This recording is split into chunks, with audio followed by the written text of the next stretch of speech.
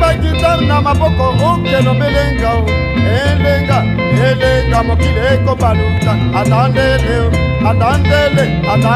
mondele akosukwana atandele baluka atandele mokili ekobaluka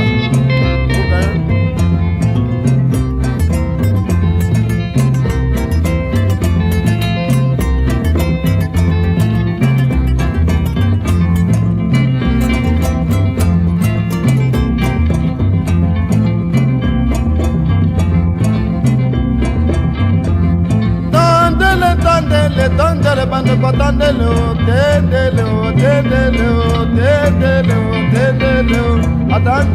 atandele. Mesdames, Mesdemoiselles, Messieurs, bonsoir. Dans le cadre de la rubrique Le Congo en avant, nous allons vous présenter une émission ce soir intitulée Les 50 ans du Congo. Les 50 ans du Congo, ce n'est pas un fait ordinaire dans l'histoire. Ce n'est pas un fait ordinaire dans l'histoire humaine. C'est un fait quelque peu anodin dans l'histoire d'un pays. Parce que les pays existent, même si ils ont une délimitation géographique à un certain moment, ils ont pris une délimitation géographique à un certain moment, mais ils existent depuis la volonté du Créateur. Néanmoins, 50 ans, c'est bien pour un être humain, un âge que l'on considère comme étant celui qui tend vers l'expression de la sagesse. Pourquoi 50 ans du Congo? Parce qu'il y a un certain nombre d'années déjà, le Congo est devenu un pays indépendant.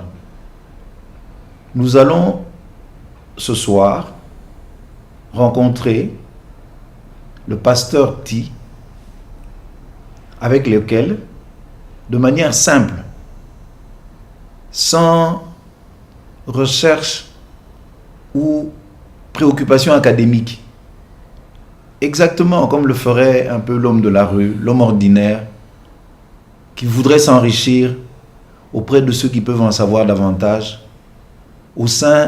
auprès des personnes qui ont vécu, pour ce qui concerne le Congo, la période précoloniale, coloniale, la période de l'indépendance et la période après l'indépendance. C'est ça les raisons d'être de cette émission. Je vais vous présenter quelque peu le pasteur Ti. Le pasteur Ti, vous voyez bien, je l'évoque dans mon expression, il est bien pasteur. Il est aussi quelque peu historien, écrivain, poète. Je vais vous énumérer quelques-uns de ses écrits. C'est un recueil assez élogieux. Je vais vous en citer quelques-uns. Je disais, il y a Corps enflammé, Cendre et lumière, La rosée du ciel, Le tam-tam crépitant, La littérature négro-africaine, à propos des mensonges sur le prétendu esclavage permanent des Noirs, L'extraordinaire amour de Jonathan pour David, qui est un roman poétique. Il y a également les 5 ministères bibliques et la prière agressive et stratégique. Je vais tout de suite me tourner vers notre invité, qui, je vous l'annonce déjà, est l'une des personnes qui sera invitée au cours de cette émission. Nous avons pu lui demander d'une certaine manière conduire l'émission, parce que vous voyez bien, les vocations de l'émission a une connotation historique. Donc c'est bien sur le pasteur Tito que nous avons d'une certaine manière obtenir le fil conducteur. Je vous ai bien dit, je viens en profane, comme vous. Donc mes questions, elles auront l'air banales, ordinaires, peut-être stupides. J'espère que non, surtout pour ne pas vous dégoûter. Mais néanmoins, je vais me tourner vers le pasteur Tim. Je vous en prie, pasteur. Bonsoir. Bonsoir, je suis vraiment reconnaissant. D'abord, au programme même, parce que l'émission que vous avez entreprise, Congo en avant, pour moi est très significative et très important, parce que nous sommes dans un temps où beaucoup de Congolais ont perdu l'espoir. Ils ne croient même pas qu'un jour le Congo peut aller en avant. Et puis dans ce contexte-là, de ce programme Congo en avant, vous vouliez qu'on apporte des éléments plus ou moins historiques par ceux qui ont vécu cette date du 30 juin, qui fait qu'aujourd'hui nous avons 50 ans, à la masse de la jeunesse qui occupe le pays aujourd'hui, qui sont dans l'ignorance. Il faut que je le reconnaisse, parce que je prends un exemple, un homme qui était un enfant qui venait de naître, qui avait 1 an, le 30 juin 1960. Aujourd'hui, cet homme a 50 ans. Vous pouvez imaginer, bébé, enfant d'1 an, en 60, il a... Je ne peux même pas dire s'il a vécu, mais il était là ce jour-là quand le pays changeait d'identité. Et aujourd'hui, il a 50 ans. S'il n'y a personne qui lui rappelle ce qui s'est passé, comment même lui-même pourra le raconter à ses enfants? Parce qu'à 50 ans, il a déjà des cheveux blancs. Et il est supposé que quelqu'un qui a des cheveux blancs a une sagesse, a une connaissance qu'il doit léguer aux générations futures. Et notre population aujourd'hui est complètement désemparée, je dirais même désabusée, parce que quelqu'un peut avoir 50 ans mais ne sait rien du tout de ce qui s'est passé dans son pays, et spécialement à cette date-là. Donc je bénis le Seigneur, vous entendrez souvent cette expression, je bénis le Seigneur, parce que pour moi c'est une grâce d'être l'invité à cette émission aujourd'hui. C'est vraiment un privilège, je dois le reconnaître. Le tableau succinct qu'on vous a présenté de mes écrits montre quand même que j'ai quelque chose à transmettre. Au niveau de mon pays, mes écrits sont utilisés dans l'enseignement. Donc si vous voyez le révérend Ti, ne soyez pas embarrassé, si certains m'appellent Tito, d'autres m'appellent Pasteur Ti, c'est toujours la même personne. Mais ce qui est le plus important, c'est que vous découvriez ce que moi j'ai découvert. Alors, le 30 juin 1960, j'avais 19 ans. J'étais très jeune, mais j'étais déjà à l'école normale. Parce qu'à cette époque, si je peux vous en parler un tout petit peu, l'école normale, c'était un peu le collège d'aujourd'hui. C'était un peu la pré-université, parce que c'était les gens qui faisaient l'école normale, qui avaient fini 4 ans de l'école normale, c'était les intellectuels de l'époque. En 60, il n'y avait pas encore beaucoup d'universités, il n'y avait pas encore beaucoup de cycles complets d'études secondaires, comme je vais vous en parler un tout petit peu, si le temps nous le permet, quand est-ce que tout cela est arrivé. Mais j'étais à l'école normale, et j'étais d'ailleurs dans la dernière année, parce que j'étais la 3e année, j'ai terminé en 61, et j'étais étudiant, ou mieux élève, à l'école normale protestante de Kimpese, au Bas-Congo. C'était la seule école normale pour tous les protestants du Congo, de Lubumbashi jusqu'à Matadi. Tous les protestants du Congo étaient sélectionnés et les meilleurs étaient envoyés à Kimpese, où ils recevaient une formation comme instituteur pendant 4 ans. Vous voyez, ça c'est l'époque coloniale. Je vous remercie, Pasteur Ti, si vous pouvez me permettre de revenir quelque peu au niveau de nos téléspectateurs. Le Pasteur Ti s'est quelque peu présenté. Je voudrais ponctuer sur les raisons qui nous ont poussés à la production de cette émission. Comme il l'a si bien exprimé, vous réaliserez bien qu'il est de notre intérêt de pouvoir tirer de l'histoire de notre pays des connaissances qui vont nous enrichir. Parce que c'est le propre de tout être humain. L'être humain ne peut pas arrêter de se questionner. Imaginez-vous l'angoisse dans laquelle vit quelqu'un.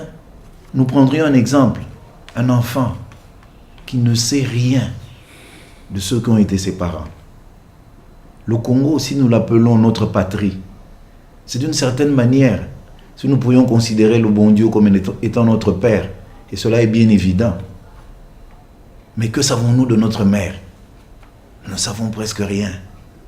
À-t-elle enseigne qu'on faudrait bien se poser des questions si le comportement de la majorité d'entre nous concernant le Congo, et particulièrement cette période-ci, où le Congo traverse une tragédie qui ne trouve pas de nom.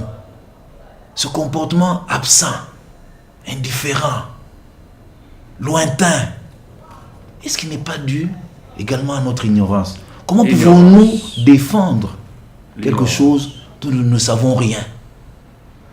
Ce n'est pas une excuse. Ce n'est pas un prétexte non plus que je voudrais voir utilisé. Mais je voudrais absolument, c'est pour revenir et vous demander d'être attentifs. Que tous ensemble, nous puissions apprendre quelque chose. Un fondement de connaissances qui enrichira notre culture, qui nous permettra de nous situer et qui, évidemment, nous permettra de projeter l'avenir. C'est ça la nécessité de cette émission. L'émission sera abordée sur différents aspects. Je dis bien, je ne prends pas cette émission d'une manière savante. Je n'ai même pas la prétention d'engager une joute oratoire avec notre illustre invité. Je vais poser la question de manière ordinaire, banale. Si j'avais pu obtenir vos questions et suggestions au préalable, c'est avec celle-là que j'aurais énormément enrichi l'émission. Mais néanmoins, c'est pour me mettre à votre place. Je voudrais avoir auprès de notre invité des connaissances sur, aussi loin qu'il le puisse, ce qu'était le Congo. Quand a-t-on pu parler du Congo? Et qu'est-ce qui s'est passé par la suite? Parce que c'est vrai, il faut le situer. Il y a eu le Congo post-colonial. À quel moment le situe-t-on? Est-ce au moment de la conférence de Berlin? Est-ce en 1908 où l'on proclame l'État indépendant du Congo? Et par la suite vient la période coloniale qui, c'est vrai, à cheval vient entre 1908 et 1960, qui est la date de l'indépendance du Congo. La date de l'indépendance, puisqu'elle est l'élément clé de l'émission, j'espère que nous en avons tous connaissance. Et à partir de 1960, c'est une période dont j'ose espérer, peut-être, la majorité d'entre nous l'ont tout de même vécu, mais peut-être bien malheureusement également, sans en avoir énormément de connaissances. Voilà des raisons pour lesquelles je reviens une nouvelle fois. Vous avez à ma droite le pasteur Tito. Pasteur Tito, je vais revenir vers vous. Que pouvez-vous nous dire du Congo lointain, tel que vous puissiez le situer dans votre mémoire? Voyez, d'abord c'est un pays immense en tant que territoire géographique, avec des multitudes de variétés de tout. Variété humaine, variété végétale, variété de ressources. 2 345 000 km². Donc, parler de ce pays-là, ce n'est pas une mince affaire. Et aujourd'hui, je crois que je préfère qu'on se concentre sur une partie de cette histoire-là. Absolument, on ne saurait pas parler du tout. Où je pourrais mettre, plutôt que les auditeurs ou les téléspectateurs de me poser des questions, je souhaiterais mettre une soif dans leur cœur pour qu'ils se décident d'aller faire des recherches. Parce que la vraie connaissance, c'est celle qu'on a acquiert quand on l'a cherché et on l'a trouvé. Alors on en devient fanatique. Et au niveau de notre pays, vous avez dit quelque chose de très important. Aujourd'hui, le peuple congolais est vraiment aux abois. Et la raison majeure, c'est que beaucoup des Congolais ne connaissent pas leur histoire. Vous voyez, depuis l'époque coloniale jusqu'à aujourd'hui, moi je décante 4 générations déjà. La génération de ceux qui sont nés avant les indépendances, qui étaient là jusqu'à 1960, la génération de ceux qui sont nés entre 1960 et 1990, cette période-là est marquée par un comportement tout à fait différent. Et la troisième génération, c'est celle qui part de 1990, je dois dire, jusqu'aux environs de 2005. 2005, avec tous les changements qu'on a connus dans le pays, avec un gouvernement à 4 têtes, avec plusieurs ministres, plusieurs gouvernements, plusieurs chefs d'État. Ça, c'est quelque chose qui va marquer cette génération qui va vivre l'espace entre 2005 et les années qui vont venir. Absolument. Parce que eux, ces enfants-là, et cette génération qui acquiert plutôt la sagesse ou la maturité vers cette période-là, sa compréhension de l'histoire sera totalement différente. Donc, ce sont des choses auxquelles nous devons faire attention. Il faut que quelqu'un nous y amène pour que nous puissions nous attarder. Voyez, alors, je dis ceci que personnellement, j'ai vécu l'époque coloniale, comme vous avez remarqué. Je suis né en 41. 41, c'était la pleine Deuxième Guerre mondiale. Et aujourd'hui, il y a très peu de gens de 41 qui ont survécu. Donc, je me dis, c'est une grâce. Donc, je nais pendant la Deuxième Guerre mondiale, et le Congo était impliqué dans la Deuxième Guerre mondiale. Nous arrivons vers les années 1960. J'ai, comme j'ai dit, 19 ans, un jeune homme en pleine formation scolaire. Je suis formé pour devenir instituteur. Et de l'instituteur, j'ai poursuivi les études jusqu'à faire l'université, le graduat, la licence. Je deviens assistant à l'université et je m'engage dans la vie professionnelle. Tout ça, c'était une accumulation de nombreuses connaissances qui peuvent me servir aujourd'hui à aider quelqu'un à comprendre un peu où nous sommes aujourd'hui et d'où nous sommes partis. Comme c'est une émission, on ne va pas à faire une convention de plusieurs jours, ça va durer le temps qu'il nous faudra. Donc, nous en trouverons bien l'occasion, pasteur. Voilà, donc il faut prendre des éléments que quelqu'un peut retenir rapidement. J'arrive à Kinshasa en 1956. Je viens du Bandundu, dans le secteur de la Wamba. À l'époque, même vous partiez de chez moi, de Bandundu, il y avait des embarcations, des petits bateaux sur les petites rivières qui transportaient du bois, des noix de palme. Aujourd'hui, on n'en parle plus. Les rivières sont, je dirais, les moyens de communication n'existent pratiquement plus. Donc, je prends une petite embarcation à Kikongo, je passe par Baningville, j'arrive à Kinshasa pour un broussard, un campagnard. Arrivé en 56 à Kinshasa, déjà, ça me frappe de voir une ville. Beaucoup de choses. Et ça, ce serait un roman. Donc, j'arrive à Kinshasa, je découvre la ville, je découvre les Blancs, je découvre des quartiers. Kinshasa est divisé en 2 parties et c'est ce qui existe jusqu'à aujourd'hui. C'est une émanation coloniale. Il faut que vous compreniez pourquoi il y a ce qu'on appelle la Gombe et ma campagne. Et pourquoi il y a ce qu'on appelle la cité? La cité, à l'époque, on l'appelait belge. C'est-à-dire tout ce qui était pour les Noirs, belge, à Kenya belge. Si vous allez du côté des Blancs, alors c'est là qu'on appelait la ville.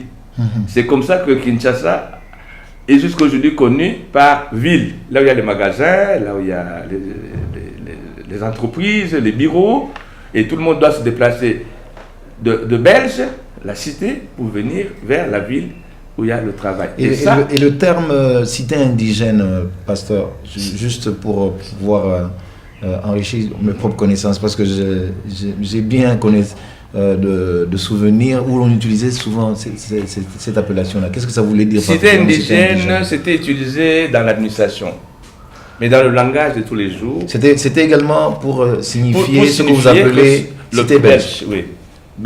On appelait belge, je ne sais pas, c'est pas l'ironie, la partie de la ville où habitaient les Noirs.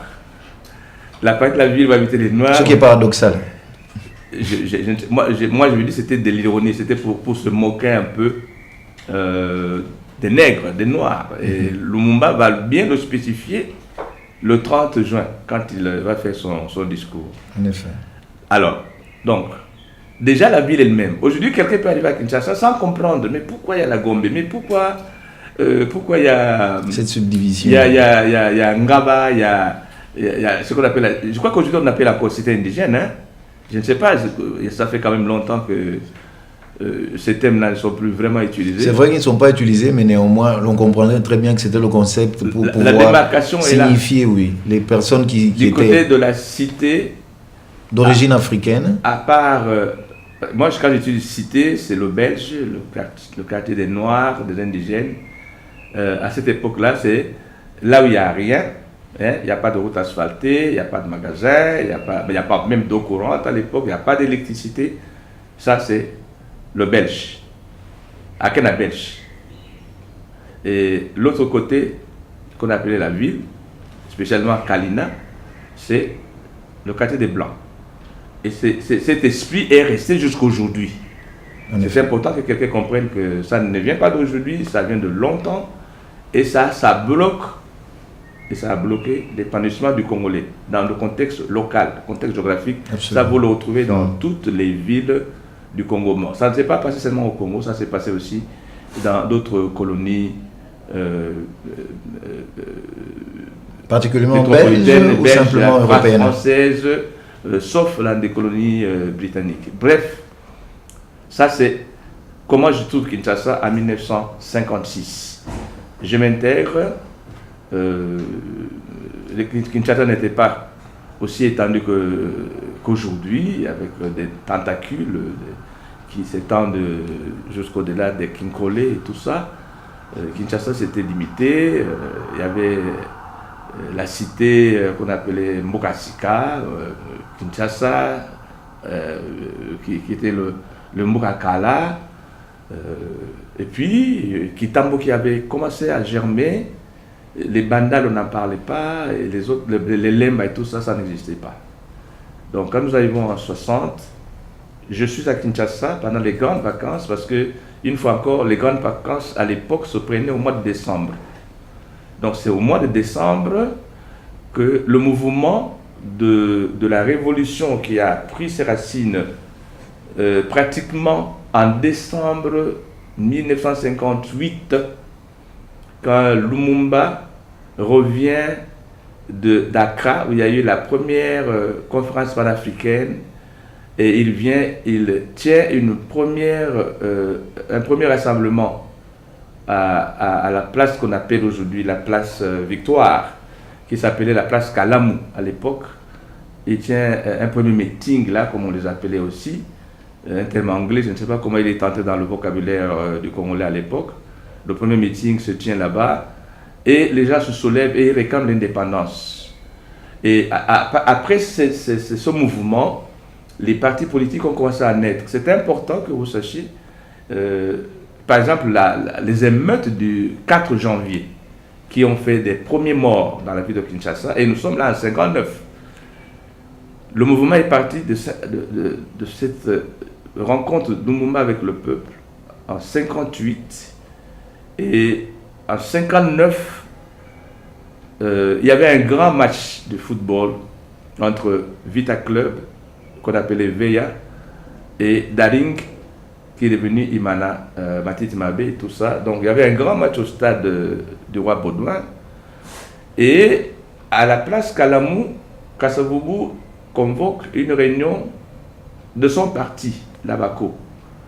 Alors les gens de l'Abaco protestent contre la présence de la police belge à cette manifestation-là. Donc c'était comme ça que le mouvement s'est déclenché. Donc la protestation de l'Abaco contre la présence des policiers belges à cette réunion crée des incidents, et ces incidents vont aller jusqu'au stade, et les gens vont sortir du stade en abandonnant le match. D'abord, la rivalité entre V-Club et Daring Imana débouche dans des incidents, et ces incidents se prolongent à la place Kalamu, et ça se mêle aux politiciens agités, et tout le monde entre dans la foulée. Qu'est-ce qui se passe? ça déborde, les gens envahissent les magasins, la place Calamou, Victoire, ce qu'on appelle Matongé maintenant, ça descend jusqu'à Foncobel. Je crois que la Foncobel s'appelle comment aujourd'hui, je ne sais plus. Et on commence à saccager les magasins, on commence à s'attaquer aux Blancs, ce qui était un mouvement issu de la réunion d'un parti avec l'influence des fanatiques du sport qui viennent du stade. Ça devient un mouvement politique. Les politiciens en ont saisi l'occasion pour revendiquer l'indépendance. Parce qu'il y a eu des soldats belges, des policiers belges qui étaient blessés, et ça a fait 4 morts, 4 personnes étaient mortes ce jour-là. Et beaucoup de blessés, effectivement, mais beaucoup de pillages, c'était le premier type de pillage. Et les gens, j'ai essayé de décrire un peu, les gens ne comprenaient pas qu'est-ce qui se passait. Il y en a qui allaient vraiment pour aller. Je me souviens que moi, je venais de la Nouvelle-Anvers, vers la nouvelle cité. Qu'appelle-t-on Nouvelle-Anvers, s'il vous plaît? Nouvelle-Anvers, je ne sais pas comment ça s'appelle maintenant. Comment ça s'appelle? Quelqu'un pouvait se retrouver. C'est l'espace situé entre... C'est entre Assosa et... entre Assosa, Kasavubu, oui, et Ngiringiri. Ngiringiri. Ouais, il y avait une des... Au fait, c'est dans l'actuelle commune de Kasavubu. Dans l'actuelle commune de Kasavubu. Je ne sais pas si la rue s'appelle encore Nouvelle-Anvers. C'est le souvenir que j'ai. Alors, je venais de là où se trouvait mon oncle. Je me rendais au camp Otrako, qui est devenu le camp Kaouka. Kaouka, oui. Et j'arrive à Foncobel, il y a des incidents. Je me souviens que moi aussi, je me suis précipité dans le magasin pillé. J'ai pris un sac de poisson salé et j'ai amené ça chez ma tante. Parce que tout le monde nous prenait, ce qu'on trouvait sur le passage. Je voudrais Et là, nous ne sommes pas encore en 60, là, nous sommes en 59. Oui. Alors, après ces incidents, je suis retourné au Bas-Congo où je faisais mes études. Et maintenant, c'est le mouvement dans tout le pays. On revendique l'indépendance. Il y a des gens qui ne comprenaient même pas qu'est-ce que l'indépendance signifiait, qu'est-ce que ça allait nous apporter, surtout dans le Bas-Congo où il y avait déjà un certain développement vraiment remarquable par rapport, voilà, parce qu'il y avait plus d'écoles, il y avait plus de centres commerciaux, l'activité commerciale et agricole était plus développée, les routes même étaient mieux entretenues que dans les autres parties. Donc dans le Bas-Congo, on ne comprenait pas qu'est-ce que Kasavubu et Lumba nous cherchent, pourquoi on voulait nous donner l'indépendance, nous voulons rester comme nous sommes. Donc il y a des gens qui ne comprenaient pas. Et moi j'étais étudiant à Kimpese. Nous d'ailleurs, on disait non, on n'a pas besoin d'indépendance, nous préférons continuer avec les Belges. Bref. Je vous en prie, Pasteur Ti, excusez-moi, je suis en train de vous couper la parole à ce moment-là. Non, mais c'est important. Je voulais absolument emmener notre invité. C'est vrai que je lui ai posé la question de savoir quelle est, dans l'époque la plus lointaine qu'il puisse situer l'histoire de notre pays, quelle est celle qui lui venait aisément à l'esprit. Je tiens à recadrer notre émission pour essayer d'obtenir du pasteur Ti s'il a connaissance, en dehors de Kinshasa et du Bandundu dans lequel il a vécu, son Bandundu que je pourrais qualifier de natal, et le Bas-Congo, et le Bas-Congo, quelque chose, des faits d'histoire, quelque chose d'instructif, une connaissance qu'il puisse nous apporter sur le reste du Congo. Qu'en était-il de l'Équateur? Qu'en était-il de la province orientale? Qu'en était-il du Katanga? Parce qu'on les appelait à l'époque le Katanga. Qu'en était-il du Kivu? Qu'en était-il du Kasaï? Dans l'époque la plus lointaine, est-ce que le pasteur Ti pourrait nous en dire quelque chose? Vraiment, je dis merci pour cette question. D'abord, le sentiment national était réel dans chaque Congolais de cette époque. Ce que nous savions, c'est que nous étions Congolais, quelle que soit l'origine. Mais on savait qu'on vient de telle province, on savait qu'on était de telle tribu. Et quand on se retrouvait, par exemple, j'ai parlé de Kimpese, le seul centre protestant où les étudiants, les meilleurs étudiants de tout le Congo se retrouvaient. Et quand nous nous retrouvions là-bas, la seule chose qui nous distinguait des autres, c'est le fait d'être des protestants. Parce qu'on savait qu'à quelques kilomètres de là, quel est le grand centre de l'église de la mission catholique dans le Bas-Congo, à côté de Kimpese, qu'il y avait un grand centre catholique.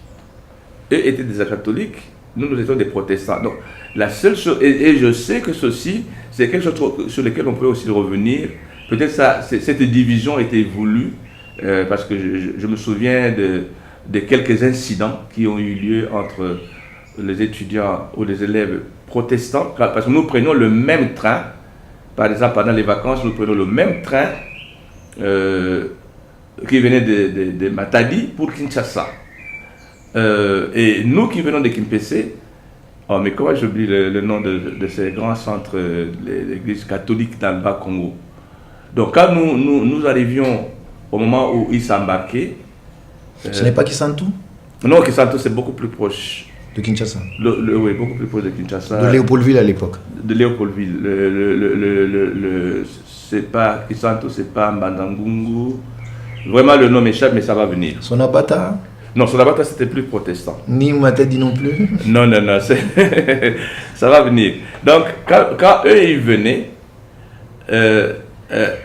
leur habillement était différent, leur langage était différent, et nous on amenait aussi un comportement différent. Alors parfois il y avait des incidents, on se taquinait les uns les autres, mais ce qui était remarquable, c'est qu'on avait un sentiment nationaliste qui nous marquait nous tous. D'où que l'on vienne, on se disait congolais. Ça c'était quelque chose qui était général à cette époque-là. Le Congolais n'était pas limité par sa région, par sa tribu. C'est comme ça d'ailleurs, je pense que les Belges utilisaient ceux qui étaient relégués. On les reléguait dans leur propre pays, mais on les envoyait dans une région d'où ils n'étaient pas originaires. Mais là où ils allaient, se sentaient absolument chez eux. Donc ça, c'est le premier aspect que je voudrais... Oui, Pasteur Ti, pourrait-on dire, dans cette sorte de limitation des connaissances sur le Congo lui-même, pouvons-nous poser la question au pasteur en évoquant ceci? Était-ce dû au fait que, à ce que nous avons pu apprendre, le Congolais ne circulait pas tellement?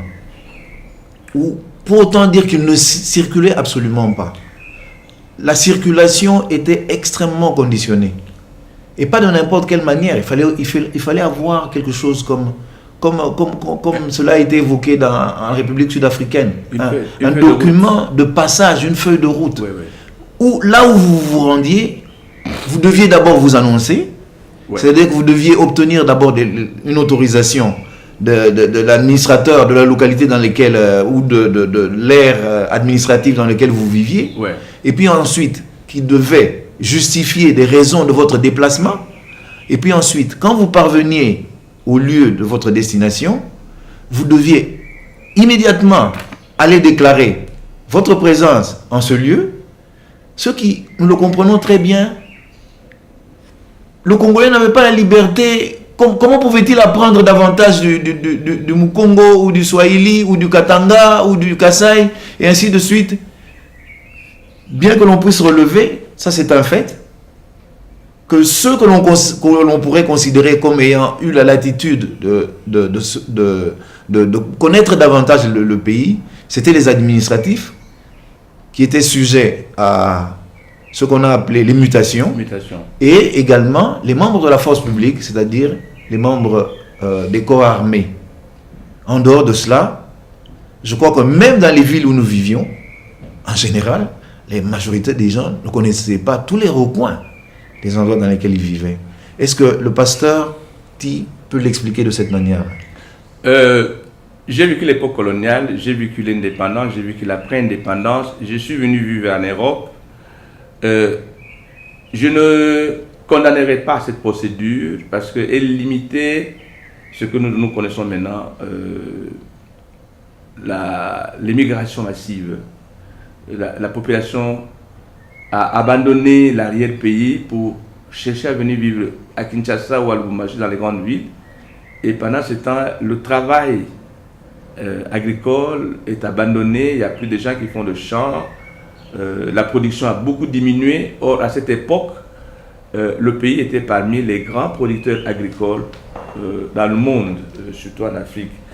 Personnellement, j'ai vécu ça. Pour venir à Kinshasa, partant de Bandundu, de Kikongo, il fallait passer par le secteur, obtenir un passeport, enfin passeport, il n'y avait pas de passeport, mais une feuille de route qui vous permet de fixer votre destination et même la durée que vous allez y passer.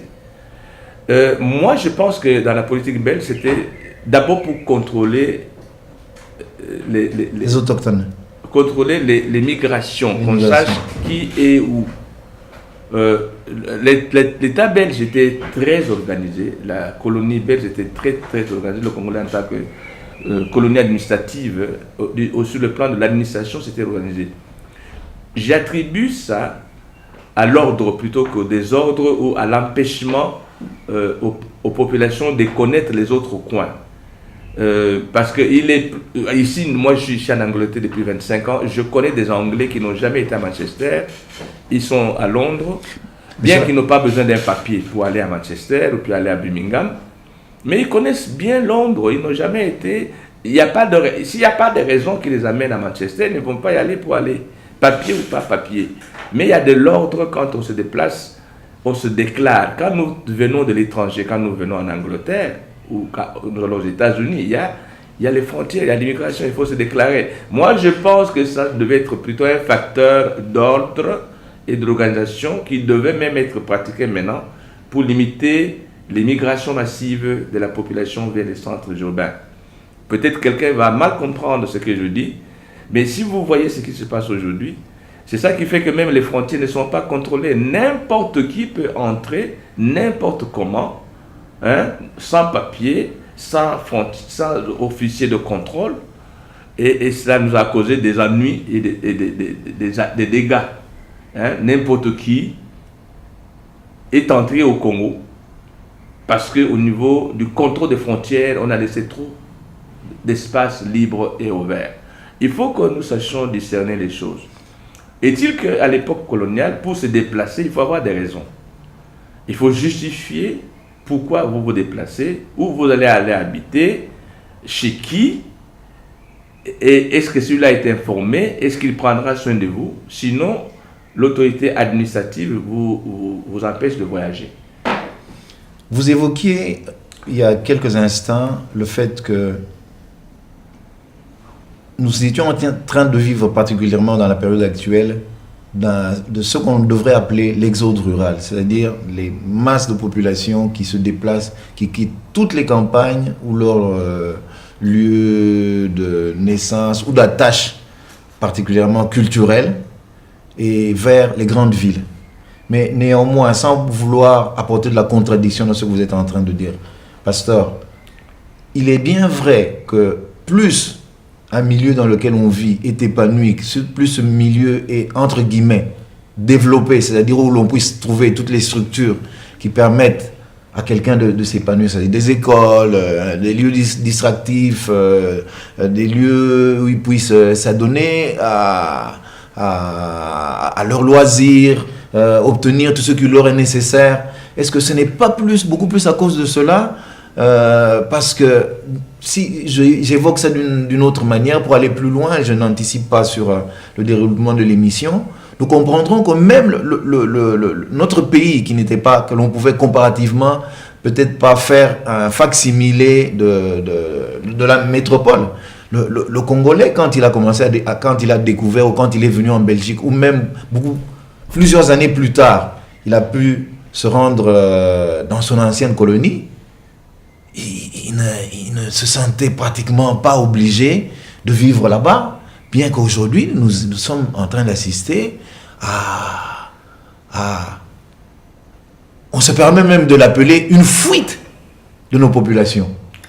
Nos populations ne vont pas seulement en quête de l'extérieur ou du monde, mais ils sont en train de fuir le pays parce qu'il se passe une situation qui c'est aisément compréhensible, qui fait qu'ils ne peuvent plus tenir sur place. Est-ce qu'on ne pourrait pas expliquer cela de cette manière-là également?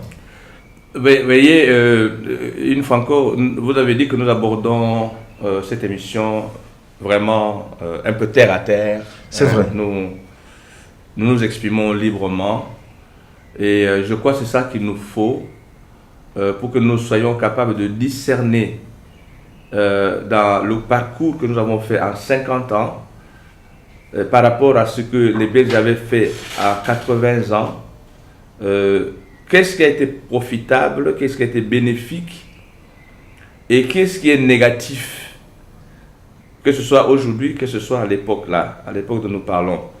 Moi, je disais que dans la perspective de la colonisation, cette limitation de l'exode rural était nécessaire. Et je peux certifier qu'en 1956, quand j'ai quitté mon village natal, tous les dimanches, il y avait un grand marché de tous les producteurs de la région qui se retrouvaient à un endroit et on vendait tous les produits. Dans tous les villages, il y avait au moins 2 ou 3 magasins des Portugais. Et parce que les Congolais à l'époque ne prenaient même pas l'initiative de faire des boutiques. Il y avait de petits commerçants. Ils en avaient la latitude? Ben, c'est ça qui a continué jusqu'à aujourd'hui. C'est quoi je voudrais parler en termes de réflexion. Qu'est-ce qui a été bon, qu'est-ce qui a été mauvais? Parce que quand vous parlez de pourquoi les Belges limitaient l'exode rural, ils essayaient de développer des entités commerciaux, éducatives, sociales dans les localités. Dans les localités. On avait des magasins, on avait des hôpitaux, surtout ce qu'on appelle des centres médicaux, il y en avait, où les gens recevaient le traitement. Il y avait des équipes de sport, on développait le sport au niveau local. Comme je disais, il y avait des embarcations sur les petites rivières, les routes étaient plus ou moins entretenues, donc quelqu'un pouvait se développer chez lui. Donc ça relevait bien c'est-à-dire des obligations de l'État. Il voulait permettre aux Congolais ou de la politique de connaître d'abord son milieu, de se développer dans son milieu, de s'estimer bien dans son village, avant de lui permettre d'aller dans les grandes villes, où parfois ceux qui arrivaient étaient complètement perdus. Parce qu'il faut reconnaître qu'à l'époque, comme je dis, Kinshasa, les pôles villes n'étaient pas aussi développés que maintenant. Les Africains ou les Congolais n'avaient pas autant de moyens de production, autant de possibilités de construire des immeubles comme ils le font maintenant. Et nous devons aussi arriver à nous questionner sur ces immeubles. Bref, mais retournons à notre page précédente. Donc, la limitation de l'exode rural a fait que le développement des localités était fait. Les localités étaient développées pour le besoin des locaux de cette période-là. Parce que moi, je crois que la civilisation ne se bâtit pas en un jour. Comme les poètes l'ont dit, Paris n'a pas été construit en un jour. Ça se bâtit au fur et à mesure. Mais les verrous ont été cassés après l'indépendance. Quand il n'y avait plus de contrôle, nos gouvernants de l'époque ont pensé que c'est une bonne chose. Que la liberté, c'était beaucoup plus la licence. Voilà, de libérer ce que les Belges avaient bloqué. Nous en parlerons un peu si j'ai le temps de présenter les 3 discours qui étaient prononcés le 30 juin. Si vous me le permettez que je présente des extraits, vous allez voir que la conception du roi belge, du roi Baudouin, qui est venu déclarer l'indépendance au Congo le 30 juin, n'était pas approuvé par Lumumba, par exemple. Mais vous allez voir que le discours du président Kasavubu, tout en appuyant le roi Baudouin dans ce que les Belges avaient fait pour amener le Congo là où il se trouvait, il va aussi bloquer un peu l'élan qu'avait Lumumba de faire arriver vite les choses là où il voulait que les choses arrivent. Et je pense que c'est ce blocage-là que nous connaissons jusqu'à aujourd'hui, où nous sommes devenus, et permettez-moi l'expression, le Congo est devenu comme la parabole de l'eau et du sable. Il y a l'eau qui veut aller plus vite, mais il y a le sable qui veut aller lentement.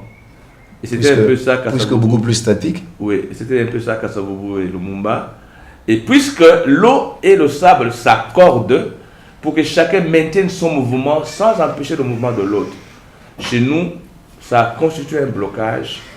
L'un a bloqué l'autre. Et par conséquence, rien n'a marché et tout a été détruit.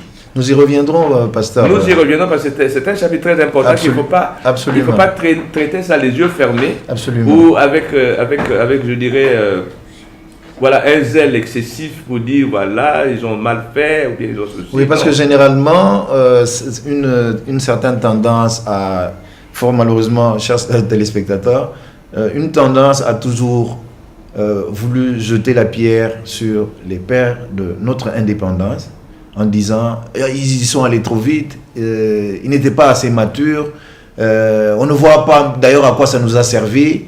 Le Lipanda, on l'évoque beaucoup plus dans le cadre de festivités, de réjouissances, voilà. Mais qu'est-ce qu'on a bien pu en tirer? Et c'est vrai, il nous faut, nous l'avons bien évoqué, il nous faut aller profondément, il nous faut nous enrichir, il nous faut pouvoir tirer de ces connaissances quelque chose qui va nous permettre de nous stabiliser et de projeter l'avenir. Cette émission, je la voudrais absolument qu'elle puisse servir davantage les jeunes, parce que qu'on le veuille ou qu'on ne le veuille pas, une émission, pas une émission, un fait d'histoire, c'est beaucoup plus une projection sur l'avenir. C'est une évocation du passé, au moment actuel, mais pour projeter l'avenir. Qu'est-ce que l'on peut en tirer? Que l'on le veuille, qu'on ne le veuille pas. Le cycle de la nature est que les vieilles feuilles tombent du fait de la nature. Et ce sont les jeunes qui doivent les remplacer. Absolument. Mais si ces jeunes feuilles sont rabougries, si ces jeunes feuilles sont malades, à quoi serviront-elles? Elles seront jetées au feu. Et qui va les remplacer? On dit qu'au pays des aveugles, ce sont les borgnes qui sont rois. Mais quand le borgne ne voit même pas, ou ne voudrait même pas voir, parce qu'il y a des borgnes qui ne veulent même pas voir, comme il y a des personnes qui ont toutes leurs facultés qui ne veulent même pas voir, parce qu'elles considèrent que ça ne les intéresse pas, ça ne les regarde pas. Il y a des expressions de toute nature, on pourra les évoquer une autre fois. Donc c'est vraiment dans ce but-là, dans cette rubrique que nous avons appelée le Congo en avant, que nous avons voulu que cette émission puisse être réellement une contribution enrichissante pour les jeunes surtout. Pour les jeunes surtout. Parce que s'ils n'ont pas de socle, s'ils ne peuvent s'appuyer sur rien du tout, je ne pense pas qu'ils puissent construire l'avenir. Sur quoi construire l'avenir? On construit une maison sur le fondement le plus solide. Je vais revenir de nouveau sur le pasteur T. C'était juste une évocation, simplement pour pouvoir ponctuer les raisons d'être de l'émission. Pasteur, le Congo, c'est 2 345 000 km².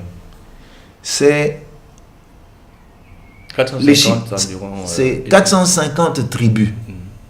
Géographiquement, on le situe entre 5 degrés de latitude nord et 12 degrés 15 de latitude sud. Il est compris, le Congo dans son entièreté, par rapport au méridien de Greenwich, c'est-à-dire le méridien de référence, beaucoup plus à l'est de ce méridien. Donc il est compris entre 12 degrés 15 et 30 degrés 15 à l'est. Un énorme continent. Un sous-continent dont on peut évoquer l'image de l'Europe occidentale entière. Le 3e pays le plus grand d'Afrique. Donc imaginez-vous, tirer des déductions de toute nature sur la grandeur de ce pays. 450 tribus, 2 345 000 km². Nous avons 9 pays qui bordent le Congo. Pasteur Ti, je reviens vers vous. Ouais. Vous avez évoqué, suivant votre propre expérience, le passé du Congo. C'est-à-dire, dans votre tendre enfance, du moins celle que vous avez vécu, et les périodes de l'indépendance. Je ne voudrais pas encore aller plus loin, mais pouvoir évoquer, vis-à-vis de l'histoire du Congo, vous, l'homme d'histoire, comment est né le Congo? Comment est né le Congo? Le Congo existait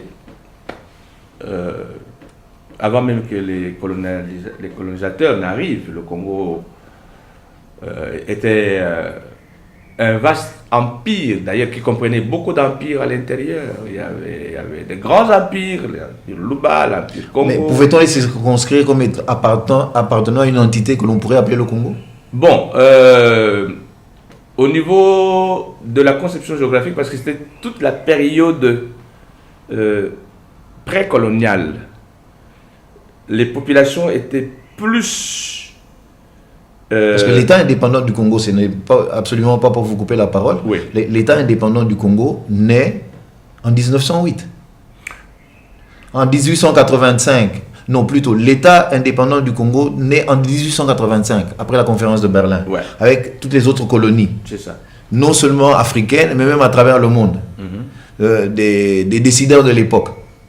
Sans aucune considération, c'est juste une marche, sans aucune considération des regroupements sociaux, tribaux, ethniques, disons humains. Simplement dans le désirata de ceux qui l'ont découpé, tel que nous sommes en train de le vivre aujourd'hui. Ben, il faut reconnaître, comme je disais, qu'avant même l'État indépendant du Congo, le Congo existait. Il est constitué de plusieurs empires qui fonctionnaient normalement. Que pouvait-on appeler alors à l'époque le Congo? Qu'est-ce que c'était le Congo? Le nom Congo, il n'existait que dans la partie ouest du territoire. Du territoire c'est là où, parce qu'il y avait, congolais actuel. Il y avait une tribu qui s'appelait des Bas-Congo. Si vous prenez par exemple les années 1482, avec l'exploration de Diego Cao, quand il est venu, il a trouvé l'Empire Congo déjà établi. Qui en arrivant découvre la première fois ce grand flot de cette rivière, voilà, qui suscite énormément d'interrogations. Donc vous voyez que autour desquelles habitent les Congos. Au 15e siècle que nous sommes. Mais nous devons reconnaître qu'avant le 15e siècle, et avant l'arrivée des explorateurs blancs en Afrique, le Congo existait, avec sa civilisation, avec ses entités locales, peut-être pas avec une administration commune. Ça, c'est ça qui peut faire la différence. Mais chacun de ces empires communiquaient ou avaient des traites commerciales avec d'autres empires voisins. Et les grands empires connus, c'est l'Empire Congo, l'Empire Yaka, l'Empire Lunda, l'Empire Teke, l'Empire Luba, qui constituaient ce territoire-là. Nous connaissons le temps où les premiers explorateurs sont arrivés. Ils ont considéré que c'est une terre vierge, une terre sauvage, alors qu'il y avait des gens qui y habitaient. Et quand nous arrivons en 1885, au moment de partage géographique de l'Afrique par les puissances occidentales, c'est en ce moment qu'on fait la délimitation, parce que Livingstone, qui était un Anglais, qui a découvert le Congo, a proposé aux Anglais de prendre la terre qu'il a découverte, mais ils ont refusé. Ce n'est pas Stanley, si vous Stanley.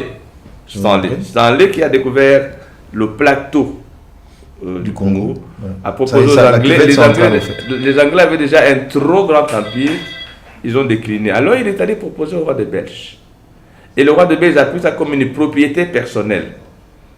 Et je remercie le Seigneur parce que dernièrement, mon confrère Kwebe Kimpele en a abondamment parlé pour parler comment cet État, l'État indépendant du Congo, a commencé sous la seule autorité du roi Léopold II, qui en a fait une propriété privée. Donc, un roi qui s'approprie tout ce territoire-là en prenant des financements des banques qui fonctionnaient à cette époque pour développer ce pays. Et lui-même s'est enrichi énormément jusqu'à ce que la Belgique a accepté de prendre la charge de gérer l'État indépendant du Congo et en en 1908. une colonie belge, en 1908. Et Vous utilisez le terme « à accepter », pourquoi? Parce que cela lui a été proposé par les banquiers. Et ça, c'est l'information que j'ai reçue de mon frère Kwebe Kimpele. Parce que les financiers qui réclamaient le remboursement de leurs dettes au roi Léopold II et qui n'ont pas reçu ce remboursement parce que le roi ne pouvait pas, alors ils ont dit, bon, Belgique, nous préférons vous donner cet État de sorte que vous soyez capable de nous rembourser nos dettes. Et selon Kwebe Kimpele, l'État indépendant du Congo et la Belgique ont remboursé plus de 4 fois la dette qui a été prise par le roi Léopold II sur le Congo. Or, nous continuons à la payer jusqu'aujourd'hui. Sans vouloir... Je crois que ce domaine-là, nous n'allons pas y entrer. Oui, en effet. Parce que je crains de ne pas avoir les éléments scientifiques. Donc c'est de cette manière-là que naît le Congo, en fait. C'est comme ça qu'est né le Congo. Oui. C'est comme ça que le Congo est devenu État indépendant. C'est comme ça que le Congo est devenu colonie belge. Propriété de Léopold II, vous vouliez dire? Non, quand ça devient la colonie belge, le roi est là en tant que le responsable de la Belgique. Mais le Congo est géré par le gouvernement belge. C'est le gouvernement belge qui envoie une administration, qui envoie des gouverneurs, des administrateurs de territoire, ainsi de suite, ainsi de suite. Et le gouvernement belge se fixe aussi des objectifs. Bien qu'il est appelé à exploiter le pays et à payer les dettes aux banques, il s'impose une méthode coloniale pour gouverner cet immense pays qui est 80 fois son État. Donc, il faut une discipline, il faut une organisation, et c'est là peut-être que je vais mettre quelque chose que beaucoup de Congolais ne savent pas. La Belgique étant ce qu'elle est, étant divisée entre deux tribus, entre guillemets, en Belgique, les Wallons et les Flamands, ils ont transporté les querelles tribales. Quand si nous connaissons le tribalisme au Congo, c'est à cause de la Belgique. Ils ont transporté les querelles tribales entre les Wallons et les Flamands au Congo. Et c'est comme ça qu'ils ont adopté ce qu'ils ont appelé la loi, non c'est pas du plus fort, mais la loi du diviser pour régner. Parce qu'il fallait dominer et régner dans ce grand État, et le moyen qu'ils ont trouvé le plus efficace, c'est de diviser la population en incitant la haine entre les tribus. Et ça, j'ai développé ça dans mon livre « Les mensonges sur le prétendu esclavage permanent des Noirs ». Parce que dans leur objectif, dans leur recherche, depuis le temps de Louis XIV, ils voulaient que les Noirs restent éternellement divisés pour mieux les dominer. Et nous continuons à subir les conséquences de cette politique jusqu'aujourd'hui parce que nous n'avons pas eu le temps de discerner d'où venait ce facteur de division parmi les Congolais. Alors, cette division a fait que les Flamands sont entrés plus nombreux que les Wallons parce que les Flamands contrôlaient le gouvernement en Belgique pratiquement. Vous allez voir qu'il y aura plus de missionnaires catholiques flamands qui seront au Congo. Vous allez voir qu'il y aura beaucoup d'enseignants dans les écoles qui sont des Flamands. Vous allez voir que dans l'administration coloniale belge, il y aura plus de Flamands au point que le mot flamand au Congo est devenu d'abord synonyme du belge. Tout belge était appelé flamand. Et à la longue, c'était devenu synonyme de tous les blancs. Ah, ce sont des Flamands. Tous les Blancs étaient devenus des Flamands. Au point que même les Marocains, les Algériens, on les a appelés des Flamands à un moment donné. Donc ce sont ces choses-là qui ont marqué l'époque coloniale. L'influence de la Belgique, la domination des Flamands. Et la langue flamande a été utilisée dans les services secrets.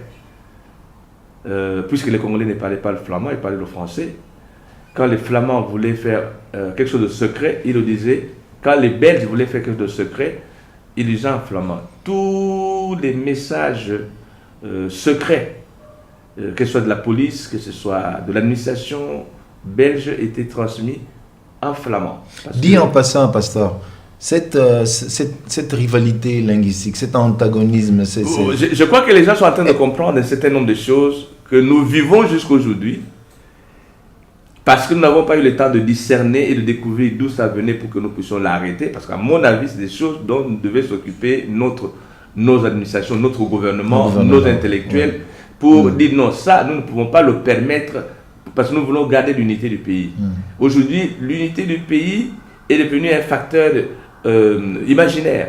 Si les gens n'avaient pas la notion d'appartenir à un seul peuple, on serait déjà émietté. Nous allons pouvoir l'évoquer de manière beaucoup plus approfondie un peu plus tard. Juste pour effleurer une évocation que vous avez faite là, vous avez dit qu'il y avait un antagonisme entre Flamands et Wallons. Est-ce que cela se ressentait également même au niveau du Congo soi-même? Oh, mais ça, comme je l'ai dit. Parce que quand vous dites par exemple que la langue des services secrets c'était le flamand, est-ce que les Wallons l'utilisaient également ou bien... Les Wallons qui entraient dans les services secrets étaient obligés d'utiliser le français, l'allemand, obligés. Et les quelques Congolais qu'ils voulaient utiliser comme espions, et ils étaient aussi initiés à apprendre le flamand. En fait, il y a eu une tentative à un moment donné d'imposer le flamand comme deuxième langue officielle, mais ça n'a pas réussi parce que beaucoup de Congolais n'ont pas accepté d'apprendre le flamand. Eh bien, c'est vrai, chers téléspectateurs, il nous faudra absolument être attentifs à ces points, parce que c'est vrai, est née une tragédie dans notre pays qui s'est assise sur cela. Le Congolais, c'est un peuple, le Congolais, c'est un peuple extraordinaire. Plus de 450 tribus. Je crois qu'en dehors du fait des politiciens, j'utilise bien le terme, les politiciens, il n'y a réellement jamais eu d'antagonisme. Il n'y a jamais eu de guerre. Au contraire, vous trouvez dans le entre même Congolais. village, Ça n'existe pas. 5 C'est des politiciens qui, à un certain moment, ont toujours été les instigateurs parce qu'eux-mêmes manipulés d'une certaine rivalité, d'une certaine agressivité, d'une certaine... qu'est-ce que je peux utiliser autre comme terme? Moi, j'ai utilisé animosité. Une aversion vers les autres. Mais en réalité, les Congolais ont toujours vécu dans une concorde, à telle enseigne que nous ne parvenons pas à nous expliquer aujourd'hui, en 2010, les arguments sur lesquels on s'appuie pour justifier ce qui se passe dans notre pays, particulièrement à l'Est. C'est du mensonge. Alors, soyons attentifs. Ce n'est pas ça les raisons d'être de notre émission, mais je ponctue là-dessus. Soyons attentifs à tous ces menus détails qui sont fondamentaux dans la concorde, dans le contour sociologique du Congo. Des populations qui, ensemble, forment la population congolaise. Je reviens une nouvelle fois vers vous, Pasteur Ty. Vous avez évoqué, dans les faits d'histoire, pour pouvoir expliquer comment est né le Congo, vous avez évoqué l'État indépendant du Congo, c'est-à-dire cette propriété personnelle du roi des Belges. Ensuite, ce passage dans les mains de l'administration belge, c'est-à-dire d'où l'on pourrait appeler la naissance et l'évolution de la colonie. Je crois pouvoir, si je peux me le permettre, peut-être en mettre un terme à 1960, Ouais. que vous avez évoqué précédemment déjà. Nous avions un tout petit peu mis la charrue avant les bœufs, Ouais. mais c'est vrai que nous n'évoquions pas le fait politique de la période. Ouais. C'est pour cela que je dis que nous allons y revenir et continuer avec le cours ordinaire de l'émission. Donc, le Congo naît de la volonté du souverain belge, propriété personnelle, ensuite colonie, ensuite arrive l'indépendance. Qu'est-ce qui le fait passer de cette colonie à la période d'indépendance? Comment pouvez-vous vous l'expliquer, vous, historien? Oui, Faiblesse, je m'excuse. Il faut que j'ouvre une parenthèse très importante pour que je n'oublie pas. Je vous en prie. C'est dont je me suis souvenu. Parce qu'aujourd'hui, les jeunes en particulier se plaignent de manquer de modèles, de manquer d'informations, de manquer de ressources. Moi, je pense qu'il faut que j'ouvre cette parenthèse. Je pense que c'est comme on l'a dit, l'ignorance qui fait que le peuple congolais n'est pas au courant de ce qui se passe chez lui. Absolument. Je vais prendre 4 exemples de grands écrivains historiens du Congo qui pouvaient même confondre tout ce qu'on a écrit sur la période de Mobutu, le moboutisme et tout le reste. Il y a des livres vraiment où vous pouvez découvrir des choses qui peuvent vous amener à revendiquer les droits historiques du Congo. Vous prenez par exemple le livre du professeur Lumenga Nesso, Kyobé, que je connais personnellement. Pourquoi et comment le Congo n'est pas devenu belge en 1908.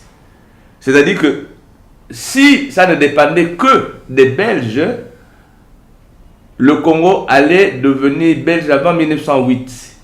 C'est-à-dire qu'ils allaient l'appeler la Belgique d'Afrique. Une sorte de territoire d'outre-mer. Oui. Et la France l'a fait. En effet.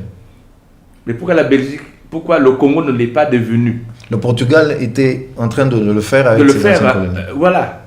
Le Angola n'avait jamais été considéré comme une colonie à proprement parler. Des sortes d'immunité naturelle qui continuent à le protéger jusqu'à aujourd'hui. Sinon, les plans de nos envahisseurs auraient déjà réussi. Ça, c'est le professeur Lumenga Nesso. Le professeur Malengo, que je connais aussi personnellement, a écrit un livre intitulé, ou une étude, Histoire de l'organisation administrative de la population de l'ancien district du Kivu, de 1888 à 1960. Vous voyez ce qu'un document comme celui-là peut rétablir comme l'ordre et vérité dans une région comme le Kivu, l'ancien district. Parce que quand tu parles de district, à l'époque, l'administration comprenait la province, les districts, les territoires et les secteurs. Je ne sais pas comment on appelle ça aujourd'hui. Et le district du je crois Kivu, que nous sommes revenus aux appellations je crois que le nord, le sud, qui sont devenus des provinces.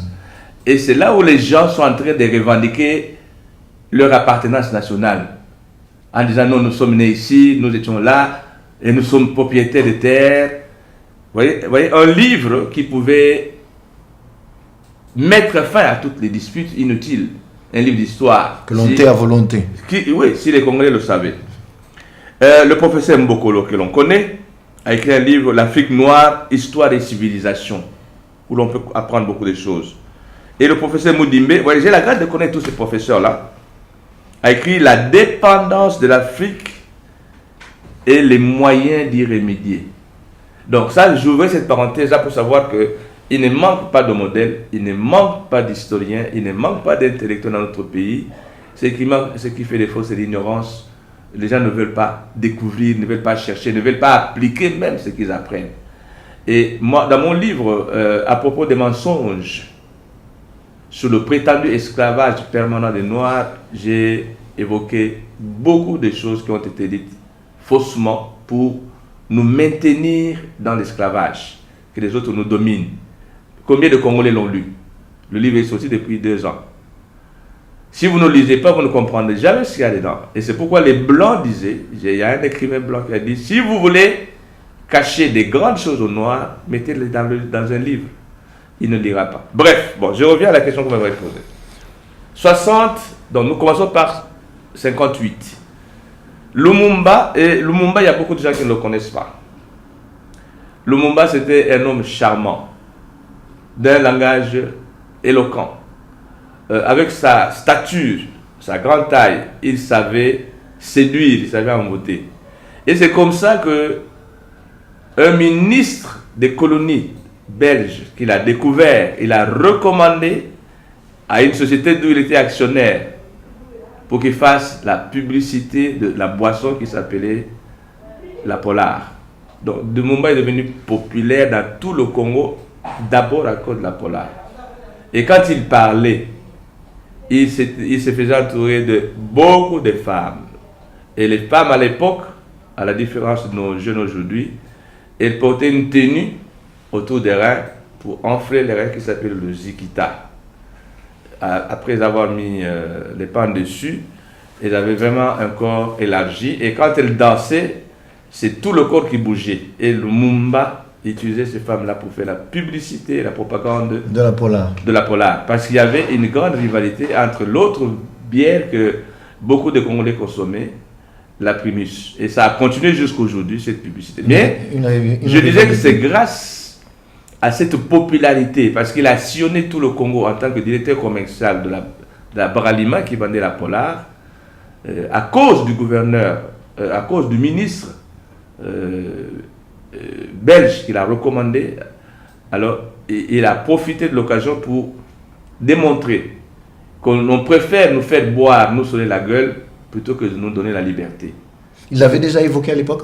Oui, depuis avant même qu'il arrive à la conférence panafricaine parce que pourquoi il est parti à la conférence de choses je voudrais bien voir Dakar, parce qu'il entendait déjà dans son esprit le bruit de la liberté de l'indépendance.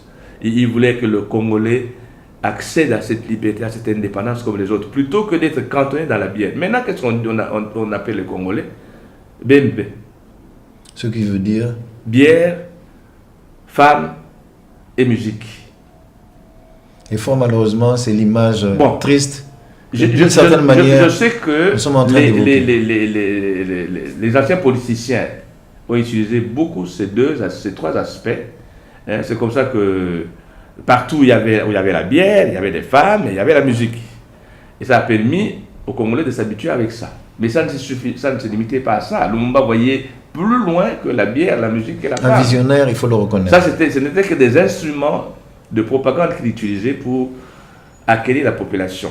Et c'est comme ça qu'il est devenu l'homme d'État le plus populaire du Congo. Quand il a commencé son parti politique, le mouvement populaire, le mouvement national congolais, le MNC, c'est le seul parti qui a pu avoir des branches dans toutes les provinces du Congo. Il y avait à l'époque 6 provinces de l'administration belge. Et Lumumba avait des représentants dans chacune des provinces, alors que les autres partis ne pouvaient même pas s'installer dans deux provinces. Et c'est ça qui a fait que quand la table ronde de la Belgique a eu lieu au début de l'année 60, Lumumba a été arrêté tout simplement parce qu'on voulait l'enlever de la place où il avait accès à parler de lui, à parler de l'indépendance au Congo. On voulait l'isoler de la Bralima. La première chose, c'était de le faire révoquer. Je n'ai pas le nom du ministre qui a demandé la révocation. Un ministre a demandé la révocation de Lumumba comme directeur commercial de Bralima. Et comme il était déjà populaire, il impressionnait les gens, et puis le roi Baudouin, ça c'est quelque chose que je ne peux pas manquer de mentionner. Quand le roi Baudouin est venu en 1955, pendant sa première visite officielle au Congo, la seule personne, le seul Congolais qui l'a impressionné, c'était Lumumba. Et il a eu un entretien pendant longtemps avec Lumumba. Et Lumumba déjà lui a fait comprendre son désir de voir le Congo indépendant. En 1955. Chose extraordinaire. C'est quelqu'un qui avait déjà des idées sur l'indépendance du pays. Et comme à l'époque 55, vous imaginez, il n'y avait pas d'universitaire, pas un seul universitaire. Hein, les intellectuels de l'époque, c'est déjà qui avaient fait 4 années de l'école moyenne ou de l'école normale. Hein, moi, quand j'ai terminé en 61, nous étions parmi les intellectuels du pays, ayant fait 4 années d'école normale. Donc, Lumumba était parmi les intellectuels parce qu'il a fait l'école moyenne. Les Kasavubu ont fait l'école moyenne plus le grand séminaire catholique. Alors, cette influence de Lumumba a impacté les autres intellectuels, ce qu'on a appelé les évolués, c'est-à-dire ceux qui avaient un niveau de vie plus ou moins proche des Belges, qui avaient un statut, on les appelle les évolués, un statut social plus élevé, qui avaient accès à des postes plus intéressants. C'est-à-dire, le poste le plus grand, c'était quoi? C'était être un dactylo dans un bureau. Vous ne pouvez pas devenir chef de bureau ou ceci. Bon, ou être magasinier, ou être, comme Lumumba, directeur commercial d'Abralima. Ça c'était des évolués. Ils avaient un statut différent des autres nègres. Alors, on le mettait dans des positions d'autorité.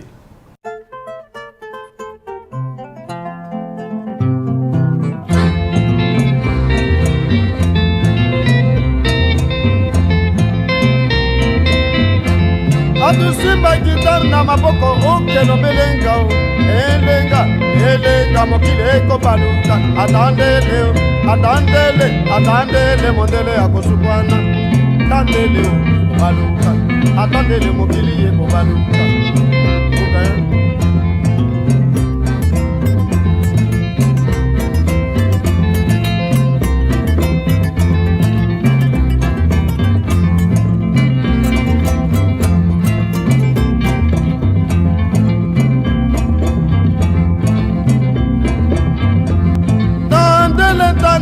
Tandele bande patandele o tendele